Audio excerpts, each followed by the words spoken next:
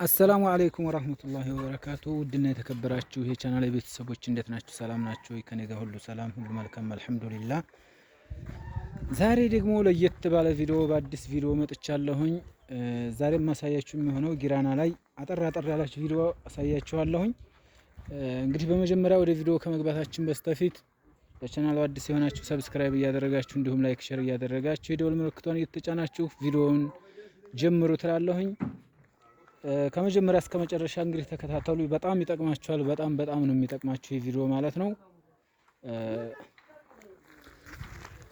ቦታው ጊራናና አካባቢው ያላችሁ ታውቁታላችሁ።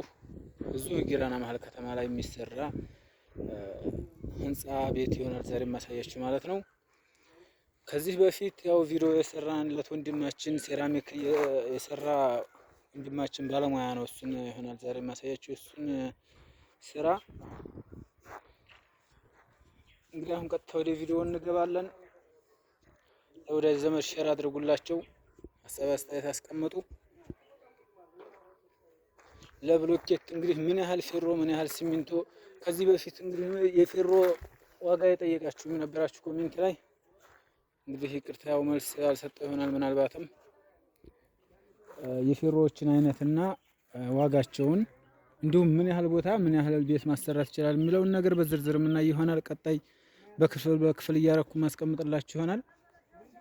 አሁን ቀጥታ ወደ ቪዲዮ ስንገባ እንግዲህ እንደምታዩት ጣውላ አሁን ኮለኑ እየቆመ ከታች ደረጃው ተነስቶ ፌሮዎቹ አሁን ተቆመው ጣውላ እየቆመ ይገኛል ማለት ነው። አሁን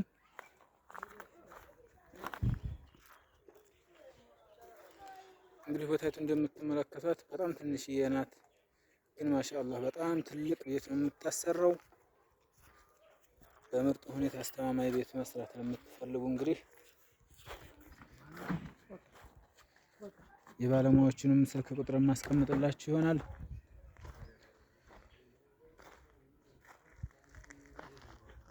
እንግዲህ አሰራሩ እንግዲህ ጅማሮ ይህን ይመስላል። ቀጣይ ደግሞ በክፍል እያደረግን ስናስቀምጠው ሁሉም ነገር በሂደት የምታዩት ይሆናል ማለት ነው። ፌሮው ልክ በዚህ መልኩ እንደዚህ እየቆመ ነው።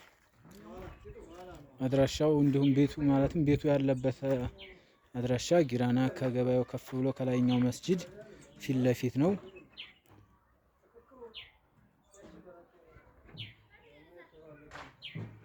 አድራሻው ለምን አስፈለገ?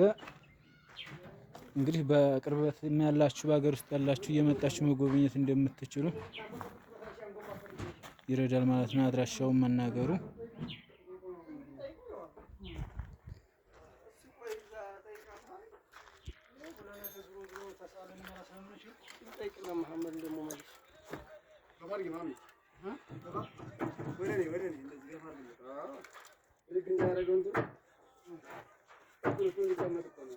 መብራት ይኖረዋል እና ነው በእንትን ነው የሚሰራው።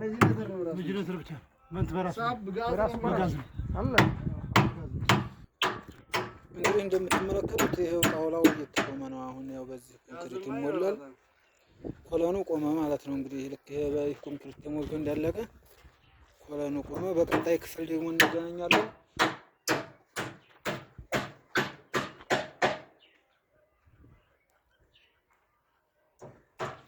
እንግዲህ ቪዲዮ እንዳላበዛባችሁ ለዛሬ ያስኩላችሁ ይሄንን ነው። በቀጣይ ክፍል የምንገናኝ ይሆናል። መልካም እይታ